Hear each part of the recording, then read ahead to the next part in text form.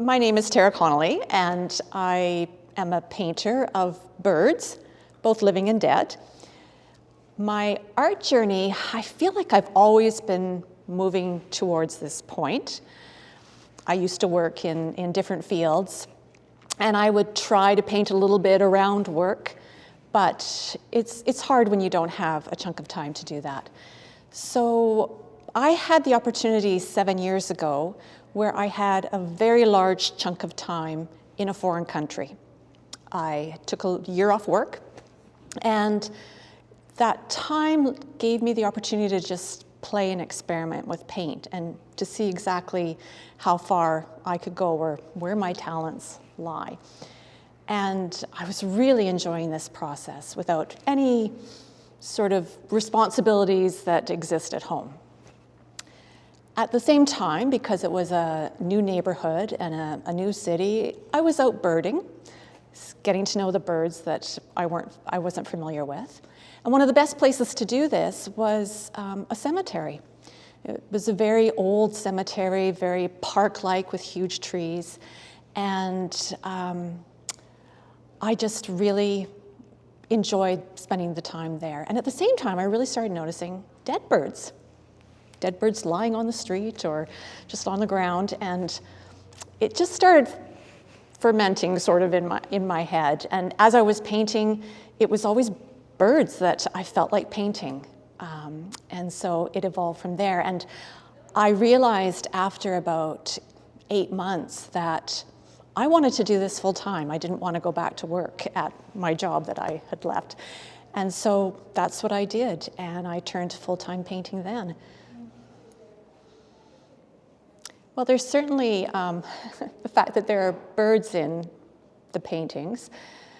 I think I'm trying to show them in a more sensitive light, perhaps, or in a way that people don't necessarily see them. And I do really I am fascinated by the details in birds, by the colors, the textures of their feathers. So I really get into that detail when I paint. So perhaps that's a little bit different. I'm not one to really compare myself to other painters, or I don't seek other bird paintings to look at and compare myself necessarily. I do enjoy looking at all kinds of paintings when I go to art galleries or art museums. So perhaps, or maybe even it's just the settings I create with the birds that might be a little different from what would normally be in a bird painting. Okay, so yes, I have thought about this, and I think I'm an historically minded, thanatological, ethno-ornithological painter. And that's a lot, but I'll explain it.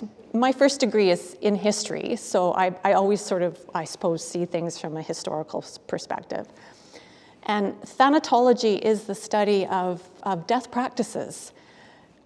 Ethnography is the study of human cultures and social groups. And then ornithology, of course, is the study of birds.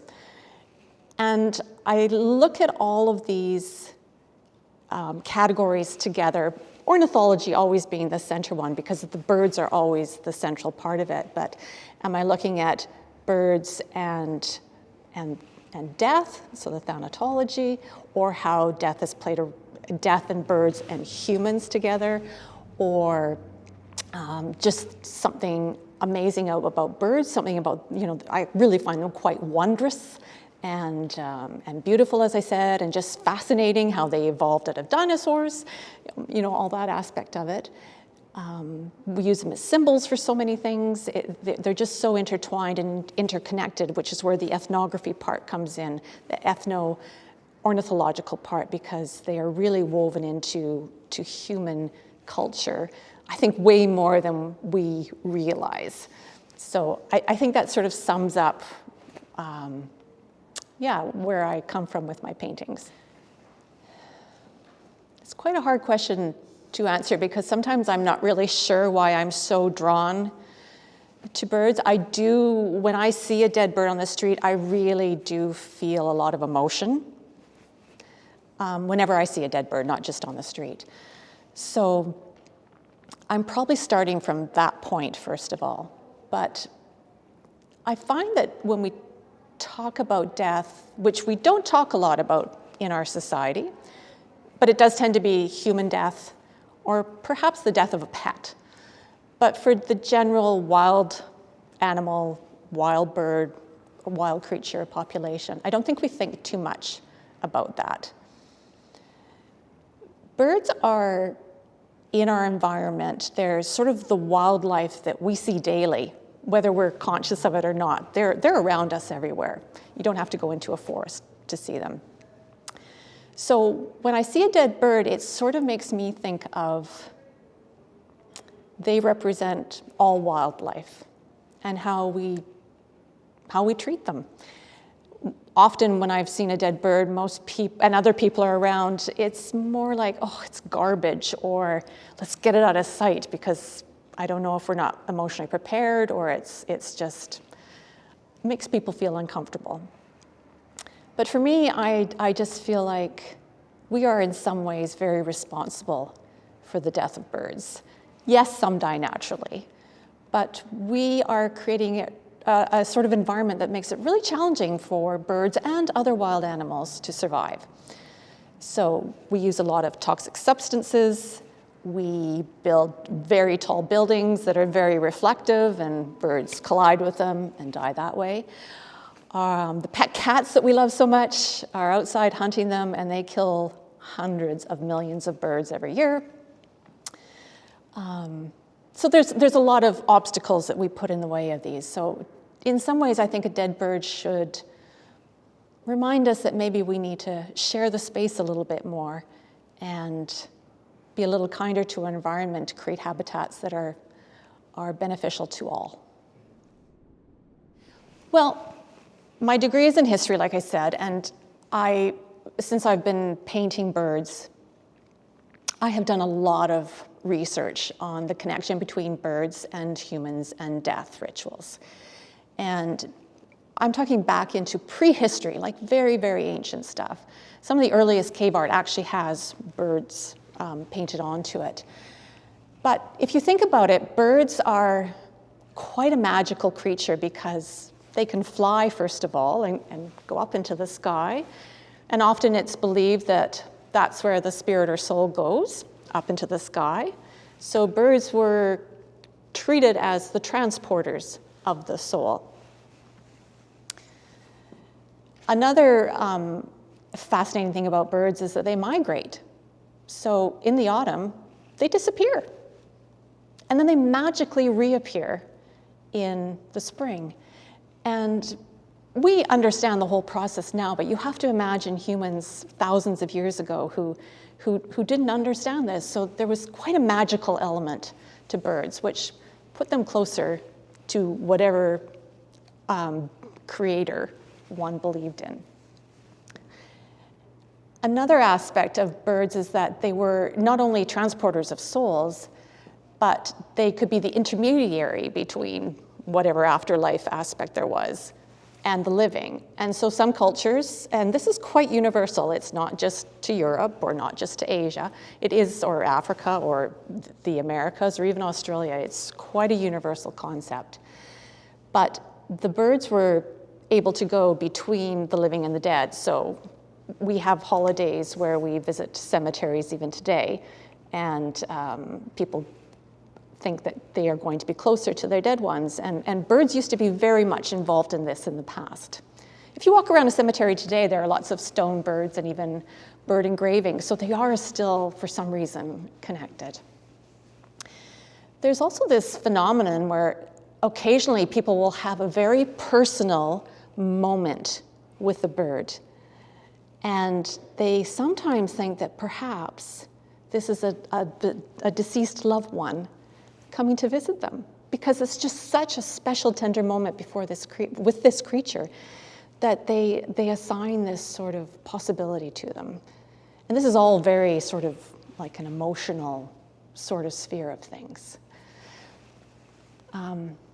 Am I going off topic? Nope. Okay. I think when we see a dead bird, though, and we want it to, or we think that perhaps, this is just garbage and we want to kick it off the side of the road, and we just don't really attach any emotional value to it, the way we do in what I was just describing. So there's this real sort of dichotomy between one and the other. And I find that really fascinating, why we use birds in such an almost spiritual way connected to death.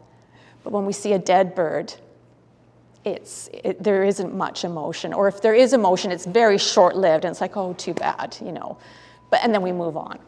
So I'm quite fascinated by this whole dichotomy that exists in this. Yes, absolutely, we could use, and initially when I was working on these, and even I've written that I do feel dead birds are memento mori. Traditionally in paintings, that was sort of expressed using a human skull or an hourglass or something that measures time. Perhaps dead birds can be a new memento mori, but I also think they represent, I'm going to say it in Latin, it's memento omnia entia mori, which is remember all things die. So death really is the great equalizer. Every living creature dies. We are equal with birds, to plants, to animals, to fungi, to bacteria, to any living organism or creature. So perhaps memento omnia entia mori is better in this case. And absolutely we should have more empathy for all dead creatures, or living creatures for that matter. And just, we're at a state now where we are taking, our population is huge on the planet, and we are just taking so much for ourselves, which, without thinking of the repercussions for all the other creatures, non-human beings on this planet. So it's definitely part of that. So one of the paintings that wasn't in my initial list of paintings that I proposed for this exhibit, it's Heavy Hand. And this came about because last October, I was outside watering a rosemary plant, and I happened to glance down, and in the pot was lying a bird, a little olive yellow-colored bird. And it was very still, and I could tell right away it was dead. And I immediately felt so terrible that this little bird had died in my plant pot.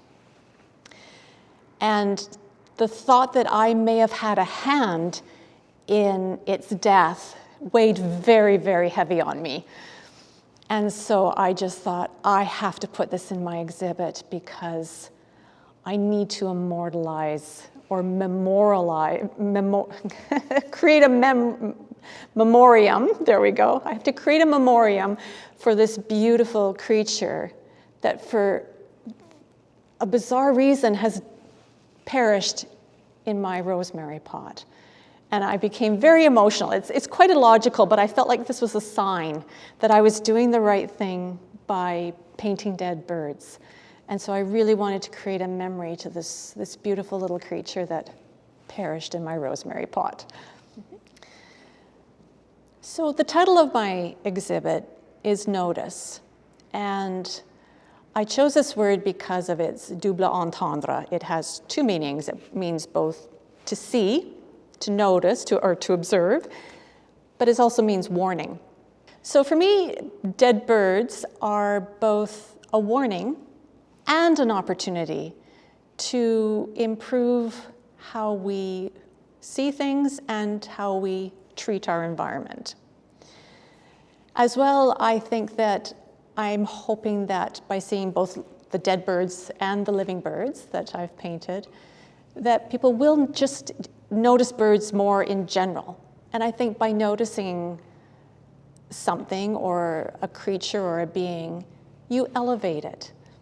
And this is my hope.